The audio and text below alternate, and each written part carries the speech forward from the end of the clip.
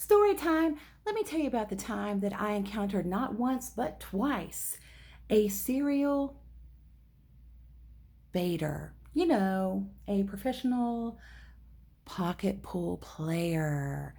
That's right. My name is SB Pearce and I write horror fiction and horror poetry, but I also love to do live storytelling and share anecdotes about my crazy life. So if that's your jam, follow along. Now, back when I was in college, I had gone out for a night of drinks and dancing. Well, to be fair, probably more drinks than dancing because it was college, yay. And we all were headed home from the club. Our apartment building was just a few blocks down the way. As we were walking along, smashed out of our minds, for some reason, all three of us saw the same exact little silver pickup truck roll by. Now, I don't know if this guy did something to capture our attention. Maybe he slowed down. Maybe his truck was just shiny. Yeah, there could have been illicit substances involved. I will not admit or deny anything. But we all three noticed, and he looked to be alone.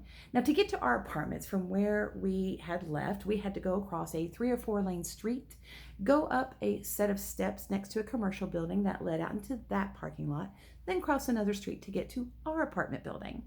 We got across the street after he passed by. We got up the steps, and once it led out into that lot, there he was. He had already pulled in, had his truck shut off, had his driver's side door open, partially concealing him from the side. His pants and underwear were around his ankles, and he was going to town with whom we don't know.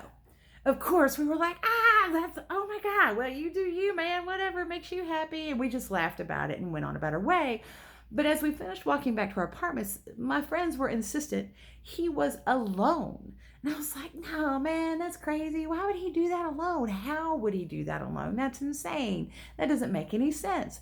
I thought maybe we had just kind of hallucinated a little bit or didn't see everything because we were smashed. So we just kind of left it at that, and we just thought it was a funny story. Flash forward a few months later, and it's autumn, and one of those same besties competed in a Halloween drag contest called Diva of Darkness. And I went down to serve as help with costuming. And after my bestie was rightfully crowned the Diva of Darkness for that year, I was helping her carry all of her costuming and wigs back to her car, which was in a parking lot nearby.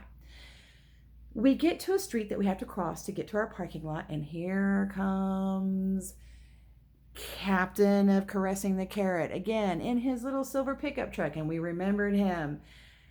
By the time he passed and we crossed the street to get into our parking lot to our car, he had already whipped it in and whipped it out. Of course, we couldn't completely see everything. It was the same scenario. Truck was off, door was open, partially concealing him, pants and underwear around his ankles, and he was again going to town. Now, this evening, we were sober. It was a work night.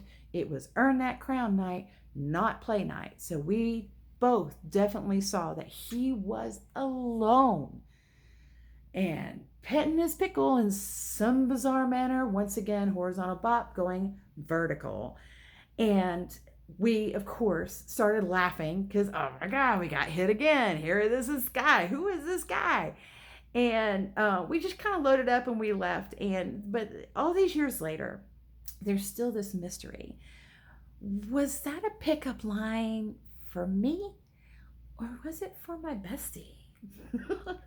I would love to meet that guy today.